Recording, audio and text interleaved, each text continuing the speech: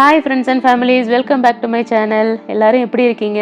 நாங்கள் எல்லாரும் நல்லா இருக்கோம். ஆக்சுவலாக பார்த்தீங்கன்னா கிட்டத்தட்ட வீடியோஸ் போட்டே ஒரு மாதத்துக்கு மேலே இருக்கும்னு நினைக்கிறேன். ஒரு வேலையை ஒரு 10 நிமிஷத்தில் செஞ்சு முடிக்கலாம்னா செஞ்சு முடிச்சிடலாம். ஆனால் ஒரு வீடியோ எடுத்துக்கிட்டே நம்ம வேலை செய்யணுங்கும் போது அது கொஞ்சம் 10 நிமிஷங்கிறது 20 நிமிஷம் ஆகும். அதுக்கு மேலே பசங்களையும் பார்க்கணும். ஸோ ஒரு வாரம் ஒரு ரெஸ்ட் எடுக்கலாமே சொல்லிட்டு தான் ஒரு வாரம் லீவ் விட்டுருந்தேன். அதாவது வீடியோலாம் எடுக்காமல் வச்சுருந்தேன். கடைசியில் அதுவே பழகிடும்ன்ற மாதிரி அதுவே கண்டினியூ ஆக ஆரம்பிச்சிருச்சு. அதனால தான் கண்டினியூஸாக வீடியோஸ் போட முடியல. மட்டும் இல்லாமல் எனக்கு கொஞ்சம் ப்ளவுஸ்லாம் கொஞ்சம் ஸ்டிச் பண்ண தெரியும். ஸோ அதை கொஞ்சம் ஸ்டார்ட் பண்ணலாமே, ஏன் சும்மா இருக்கணும்னு சொல்லிட்டு தான் அதையும் ஸ்டார்ட் பண்ணியிருந்தேன். பக்கத்தில் நெய்பர்கிட்டையும் சொல்லியிருந்தேன், உங்களுக்கு ஏதாவது ப்ளவுஸ் ஸ்டிச் பண்ணணும் இல்லை உங்கள் ஃப்ரெண்ட்ஸ்க்கு ஏதாவது ஸ்டிச் பண்ணணும்னா சொல்லுங்கன்னு. கடைசியில் அவங்களுமே யாராவது ப்ளவுஸ் ஸ்டிச் பண்ணி கொடுப்பாங்களான்னு தேடிக்கிட்டு இருந்தாங்களாமா. ஸோ நான் சொன்னதுமே உடனே அவங்க கிட்ட இருந்த ப்ளவுஸ் ஒன்று ஸ்டிச் பண்ணி கொடுத்துருந்தாங்க. நீங்கள் ஒருவேளை லக்சம்பர்கில் இருக்கீங்கன்னா உங்களுக்கு ஏதாவது ப்ளவுஸ் ஸ்டிச் பண்ணணும்னா நீங்கள் இந்த என்னோட இன்ஸ்டாகிராம் ஐடி இருக்கு இல்லையா, அதுக்கு நீங்கள் மெசேஜ் பண்ணலாம். இன்னைக்கு காலையிலே பார்த்தீங்கன்னா இன்னைக்கு சப்பாத்தியும் சிக்கன் கிரேவியும் பண்ணலான்னு சொல்லிட்டு தான் இஞ்சி பூண்டு உரிச்சிட்டு இருந்தேன். இப்போ இஞ்சி பூண்டு பேஸ்ட் அரைச்சாலும் சரி, நான் கொஞ்சம் நிறையாவே அரைச்சி வச்சுப்பேன். அதில் கொஞ்சமாக உப்பும் மஞ்சத்தூளும் போட்டு அரைச்சிக்கிட்டோம்னா ரொம்ப நாளைக்கு நல்லாவே இருக்கும். ஃப்ரீசரில் வைக்காம நார்மல் ஃப்ரிட்ஜ்லேயே வச்சுக்கலாம். வண்டா இஷ்யோ போட்டுரு. இன்னைக்கு சப்பாத்திக்கு பார்த்தீங்கன்னா கொஞ்சமாக இந்த கீரை போட்டு பிசைஞ்சு க்ரீன் சப்பாத்தியாக செய்யலான்னு தாங்க ரெடி பண்ணியிருக்கேன். எனக்கும் நானும் பசங்களும் பார்த்தீங்கன்னா கீரைலாம் சாப்பிடுவோம். ஆனால் என் ஹஸ்பண்ட் வந்து கொஞ்சம் கீரை சாப்பிட மாட்டாங்க. ஸோ அதேமாரி முருங்கைக்கீரையாக இருந்ததுன்னா இந்த வடையிலலாம் போடுவேன், இல்லை இந்த உரப்படலாம் இருக்குல்ல அதிலலாம் கொஞ்சம் போட்டுருவேன். பட் இந்த கீரை பார்த்தீங்கன்னா கொஞ்சம் பேஸ்ட் மாதிரி அரைச்சிட்டு கோதுமை மாவில் கலந்து சப்பாத்தி மாதிரி போட்டால் அதில் அவங்க எடுத்துப்பாங்க. ஸோ அதனால் இன்றைக்கி அந்த கீரை போட்டு கொஞ்சமாக வேக வச்சு லைட்டாக உப்பு போட்டு வேக வச்சு அதை நம்ம இப்போ கோதுமை மாவில் போட்டு பிசைஞ்சிட்டோம்னா இந்த மாவு ரெடி ஆகிடும். அதை ஒரு பக்கமாக ஊற வச்சுட்டேன். நெக்ஸ்ட்டு பார்த்தீங்கன்னா இந்த கிரேவிக்கு சிக்கன் கிரேவி பண்ணலான்னு தான் இருக்கேன். ஸோ அதுக்கு வெங்காயம் தக்காளி அரிஞ்சிக்கிட்டு இருந்தேன். எப்போ எது பண்ணாலும் சரி என் பசங்க வந்து கிச்சனில் நுழைஞ்சிருவாங்க, என்ன பண்ணுறேன் எது பண்ணுறேன்னு பார்க்கறதுக்கு. அது எனக்கு அட்வான்டேஜாக தான் இருக்குது. ஏன்னா கொஞ்சம் டிவி பார்க்காம இருப்பாங்க, அவங்களும் கொஞ்சம் என்கேஜிங்காக தான் இருப்பாங்க. என்ன பார்க்க வந்த? இந்த யூடியூப் வீடியோஸ்லாம் ஃபஸ்ட்டு ஸ்டார்டிங்கில் ஈஸியாக பண்ணிடலாம்னு நினச்சிட்டு தாங்க ஸ்டார்ட் பண்ணேன். ஆனால் போக போக தான் அதில் எவ்வளோ கஷ்டம் இருக்குன்னு தெரிஞ்சுது. ஏன்னா சமைக்கிற வீடியோஸ் தானே காட்டுறாங்க, இதில் என்ன இருக்குன்னு நீங்கள் நினைக்கலாம். ஆனால் அப்படி கிடையாது. நம்ம சமைக்கவும் செய்யணும், பக்கத்தில் குழந்தைங்களும் டிஸ்டர்ப் பண்ணுவாங்க, அதுக்கேற்ற மாதிரி நம்ம கேமராவையும் செட் பண்ணணும். அது கொஞ்சம் கஷ்டமாக தான் இருக்கும். எந்த ஒரு விஷயத்தையும் நம்ம ரெகுலராக பண்ணால் மட்டும்தாங்க அதில் சர்வை பண்ண முடியும். அப்படி இல்லைன்னு வச்சுக்கோங்களேன், இந்தமாரி நான் இப்போ 1 மாதம் கேப்பே இதுவே எனக்கு 2 மாதம் ஆகும், அதுக்கப்புறம் 3 மாதம் ஆகும், அது அப்புறம் டிஸ்கண்டினியூ பண்ணுற மாதிரி ஆகிடும். இது யூடியூப் வீடியோஸ்க்குன்னு மட்டும் இல்லைங்க, மற்ற எந்த ஒர்க்காக இருந்தாலும் சரி, பிஸ்னஸாக இருந்தாலும் சரி, ஒரு கன்சிஸ்டன்ட் ஒர்க் இருந்தால் மட்டும்தான் அதில் கரெக்டாக மேனேஜ் பண்ண முடியும். என்னடா கருத்துலாம் சொல்கிறேன்னு யாரும் டென்ஷன் ஆகிடாதீங்க, இது எனக்கு நானே கற்றுக்கிட்ட பாடம்னு தான் சொல்லணுங்க.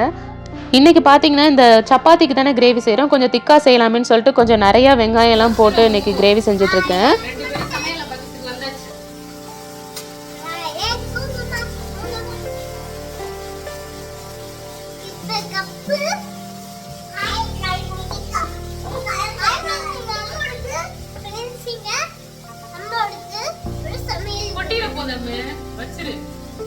அது என்ன ஊத்திரும், என்ன ஊத்திரும், சும்மா வச்சுக்க, ஊத்தாம வச்சு. இது பார்த்தீங்கன்னா ஒரு சிம்பிளான கிரேவி, டக்குன்னு செஞ்சு முடிச்சிடலாம். இதில் தேங்காய்லாம் அரைச்சி ஊற்றல நான். ஸோ இதில் பார்த்தீங்கன்னா ஹோல் ஸ்பைசஸ் நான் எப்போதுமே இப்போலாம் ஆட் பண்ணுறதில்ல. ஏன்னா அது செஞ்சு முடிச்ச பிறகு இந்த பட்டை கிராம்லாம் வாயில் படும்போது டிஸ்டர்பன்ஸாகவும் இருக்குது, இல்லைனா தூக்கி போடுற மாதிரியும் ஆகிடுது. ஸோ அதனால் இந்தமாரி பொடி பண்ணி அரைச்சி வச்சுருக்கேன். ஸோ அதை தான் எப்போதுமே இப்போலாம் பவுடரில் போடுறேன். ஸோ கொஞ்சமாக எண்ணெய் ஊற்றி வெங்காயம் தக்காளி இஞ்சி பூண்டு இதெல்லாம் நல்லா வதங்கினதுக்கப்புறம் அந்த பட்டை கிராம்பு ஏலக்காய் தூள் இருக்கு இல்லையா, அதை கொஞ்சம் போட்டுட்டு அதுக்கப்புறம் அந்த சக்தி கரம் மசாலா தூள் இருக்கும், அதையும் கொஞ்சம் ஆட் பண்ணிவிட்டு வெங்காயம்லாம் கொஞ்சம் நல்லா வெந்ததுக்கு அப்புறமா அந்த சிக்கனை போட்டு கொஞ்சமாக தண்ணி ஊற்றி மூடி வச்சுட்டோம்னா டக்குன்னு கிரேவி ரெடி ஆகிடும். அது கொதிக்கிற டைமில் பார்த்தீங்கன்னா எங்கள் சப்பாத்தி ரெடி பண்ணலான்னு தான் வந்துட்டு. சக்தி மசாலா தூள்னு எதுக்கு நான் ஸ்பெசிஃபிக்காக சொல்கிறேன்னா, ஆக்சுவலாக துபாய் ட்ரிப்பு போயிருந்தோம் இல்லையா, அங்கே நம்ம ஃப்ரெண்டோட அம்மா வந்து பார்த்தீங்கன்னா சமைச்சு கொடுத்துருந்தாங்க. அந்த கிரேவி வாசனையும் சரி டேஸ்ட்டும் சரி சூப்பராக இருந்துச்சு. இது என்ன மசாலா போட்டிங்கன்னு கேட்டேன், சக்தி மசாலா போட்டிருந்தேன்னு சொன்னாங்க. ஸோ அதனால தான் இந்த வாட்டி நானும் சக்தி மசாலா ட்ரை பண்ணலான்னு சொல்லிட்டு தான் வாங்கிட்டு வந்திருந்தேன். எப்போதுமே இந்த மிளகு ஜீரகம் பெருஞ்சீரகம் தேங்காய் இதெல்லாம் அரைச்சி போடுவேன். ஸோ இந்த டைம் அதெல்லாம் இல்லைன்னா இந்த சக்தி மசாலா தூளை போட்டனாலே சூப்பராக இருக்கும். அது மட்டும் இல்லாமல் இந்த சப்பாத்தியும் பார்த்தீங்கன்னா ரொம்பவே சாஃப்டாக இருக்கும். ஸோ கீரைலாம் ஆட் பண்ணியிருக்கோம்ல, அது ரெகுலர் சப்பாத்தி மாதிரியே தான் இருக்கும். கொஞ்சம் கலர் மட்டும் க்ரீன் கலரில் இருக்கும், அவ்வளோதான் டிஃப்ரென்ஸ். மற்றபடி நார்மல் சப்பாத்தி எப்படி இருக்குமோ அதேமாரி தான் இருக்கும். இதுவும் நார்மல் சப்பாத்தி மாதிரி நல்லாவே உப்பி வரும். நீங்களே பாருங்களேன் எப்படி உப்புது பாருங்கள், அழகாக பூரி மாதிரி நல்லா உப்பும், ரொம்ப டேஸ்ட்டாகவும் இருக்கும், ஹெல்த்தியும் கூட. ஸோ அதனால் பிரேக்ஃபாஸ்ட்டுக்கு நாங்கள் மோஸ்ட்லி இந்த மாதிரி டைம் நிறைய இருக்கும்போது இன்னைக்கு சீக்கிரமும் ஏஞ்சிட்டோமா, ஸோ அதனால இன்னைக்கு சப்பாத்தியும் சிக்கன் கிரேவியும் பிளான் பண்ணியாச்சு. சப்பாத்தி எல்லாம் உருட்டி முடிச்சுட்டு எப்போதும் பசங்க கொஞ்சம் மாவு கேட்பாங்க. ஸோ அவங்களுக்கு சைடில் மாவை கொடுத்து அவங்க விளையாண்டுட்டு இருந்தாங்க. அவங்க விளையாண்டுட்டு இருக்கும்போதே அவங்களுக்கு சாப்பாடையும் ஊட்டி விட்டாச்சு. அவங்களுக்கு ஊட்டி விட்டுட்டு கொஞ்ச நேரம் அவங்க விளையாண்டுட்டு இருப்பாங்க. கொஞ்சம் காரமாக இருந்ததுனால 2 பேருக்குமே கொஞ்சம் மூக்கு ஒழுக ஆரம்பிச்சிருச்சு. இருந்தாலும் ஆனால் சாப்பிட்டுட்டாங்க. சிக்கன்லாம் சாப்பிட்ருவாங்க. கொஞ்ச நேரம் அவங்க சாப்பிட்டுட்டு அவங்கள விளையாட விட்டுட்டு நான் கொஞ்சம் சூப்பர் மார்க்கெட் போயிட்டு பால் இந்த கொஞ்சம் திங்ஸ்லாம் வாங்க விட இருந்ததுன்னு வாங்கலான்னு கிளம்பிட்டேன். ஸோ அதனால் நான் போகிறதுக்கு முன்னாடி அவங்க எப்போதுமே இந்த டிவி போட்டு விட்டுருன்னு கேட்பாங்க. ஸோ அதனால் அவங்களுக்கு கொஞ்சம் நேரம் விளையாண்டுட்டு அவங்க கொஞ்சம் நேரம் டிவி பார்த்துட்டு இருப்பாங்க. நான் அதுக்குள்ளே போயிட்டு வந்தேன். இன்றைக்கி பார்த்தீங்கன்னா எப்போதும் வழக்கம் போல் போகிற சூப்பர் மார்க்கெட் போகாமல் அதுக்கு ஆப்போசிட்டில் உள்ள ஆல்டின்னு சொல்லக்கூடிய அந்த சூப்பர் மார்க்கெட் தான் வந்திருந்தேன்.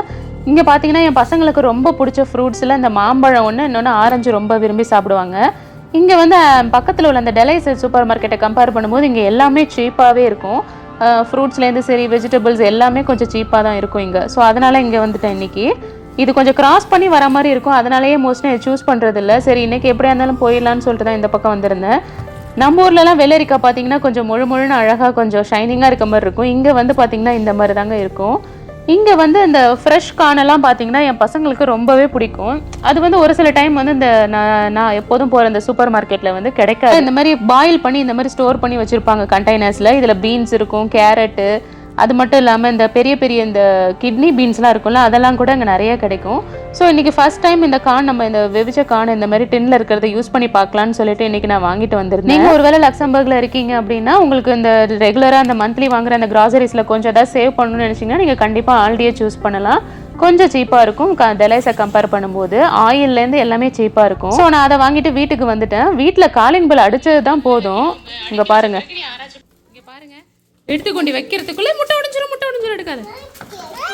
முட்டையை தூக்கி எப்படி கவுத்து போட்டு வச்சிருக்கு பாருங்க. உடஞ்சா என்ன ஆகுறது? அம்மா பிரிக்கிறதுக்குள்ள நீ பிரிச்சுட்ட. இங்க கொடுங்க, இங்க அம்மா பிரிச்சு தரேன்.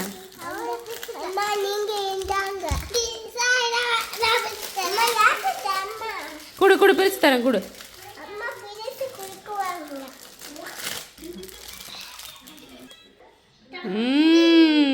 எப்போ கடையிலேருந்து போயிட்டு உள்ளே நுழைஞ்சாலும் சரி என்ன வாங்கிட்டு வந்திருக்கேன்னு அதை வாங்கி திறந்து பார்த்துடணும் அவங்களுக்கு. ஏன்னா நான் சொல்லிட்டு தான் போவேன், நீங்கள் சமத்தா இருந்தீங்கன்னா அம்மா உங்களுக்கு ஏதாவது வாங்கிட்டு வருவேன்னு சொல்லிட்டு. அதனாலேயே வந்த உடனே பையை பிரித்து பார்த்துருவாங்க. அவங்க சாப்பிட்டது பார்த்தீங்கன்னா அந்த பொரி இருக்குல்ல, அது மேலே ஜஸ்ட் இந்த சாக்லேட்டை சும்மா ஸ்ப்ரெட் பண்ணி வச்சுருப்பாங்க. ஆனால் அது சாப்பிட்றதுக்கு ரொம்பவே நல்லாயிருக்கும். எனக்குமே அது ரொம்ப பிடிக்கும். அது மட்டும் இல்லாமல் வாங்கிட்டு அந்த கான் எப்படி இருக்குன்னு சும்மா திறந்து பார்த்தேன். சூப்பராகவே இருந்துச்சு. சாப்பிட்றதுக்கும் ரொம்ப நல்லா ஃப்ரெஷ்ஷாகவே இருந்துச்சு. நம்ம ஊர்லலாம் இந்த கடலெண்ணெய் பாட்டிலை திறந்து பார்த்தாலே ஸ்மெல் பண்ணி பார்த்தாலே ரொம்ப சூப்பரான ஸ்மெல் இருக்கும். பட் இங்கெல்லாம் அந்த மாதிரி இருக்காதுங்க. ஜஸ்ட் நார்மலாக எல்லா எண்ணெயும் ஒரே ஸ்மெல் மாதிரி தான் இருக்கும். சரி ஒருவேளை தான் நல்ல ஸ்மெல் வருதான்னு ட்ரை பண்ணி பார்க்கலான்னு வந்து பார்த்தேன். பட் வரல. அது மட்டும் இல்லாமல் போகும்போது மிஷின் போட்டு விட்டுருந்தேன். ஸோ மிஷினும் ஸ்டாப் ஆகிடுச்சு. ஸோ அதான் துணி காய வச்சுட்டு இருந்தேன். என் பசங்களுக்கு வந்து இந்த துணி காய ரொம்ப இஷ்டம். யாஷோ இருக்கா பார்த்தீங்கன்னா அந்த வாஷிங் மிஷின் உள்ளேயே பூந்து போய் துணி எடுத்துகிட்டு வருவா. நான் அதுக்காகவே அதை ஒரு வீடியோ கிளிப்பிங்காக எடுத்தேன். இங்கே பாருங்கள் எப்படி உள்ளே பூந்து போகிறாங்க. இந்த மாதிரி அவங்களுக்கு ஹெல்ப் பண்ணுறது ரொம்பவே பிடிக்கும். சரின்னு அந்த பக்கமாக ஒரு துணியெல்லாம் எடுத்து காய வச்சுட்டு நெக்ஸ்ட்டு லஞ்ச் ப்ரிப்பேர் பண்ணலாம் தான் லஞ்சுக்கு ஸ்டார்ட் பண்ணிட்டேன்.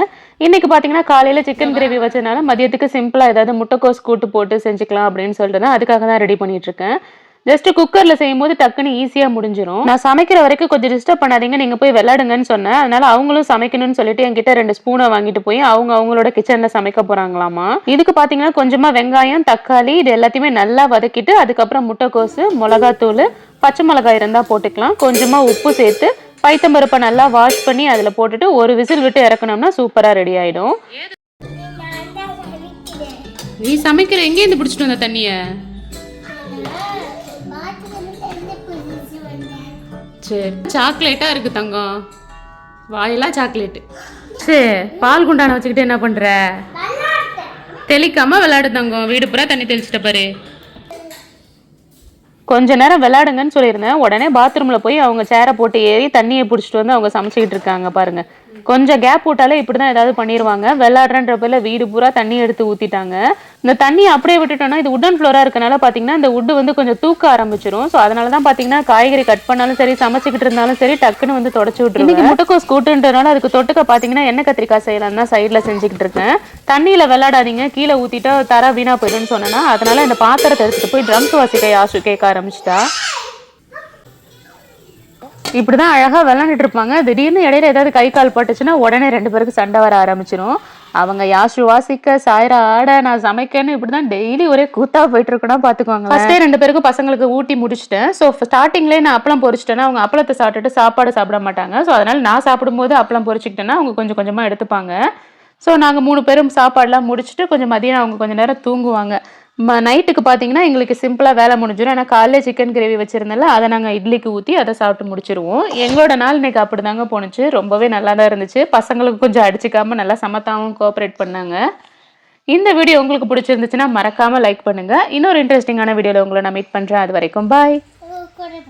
குட் நைட் சொல்லுங்க.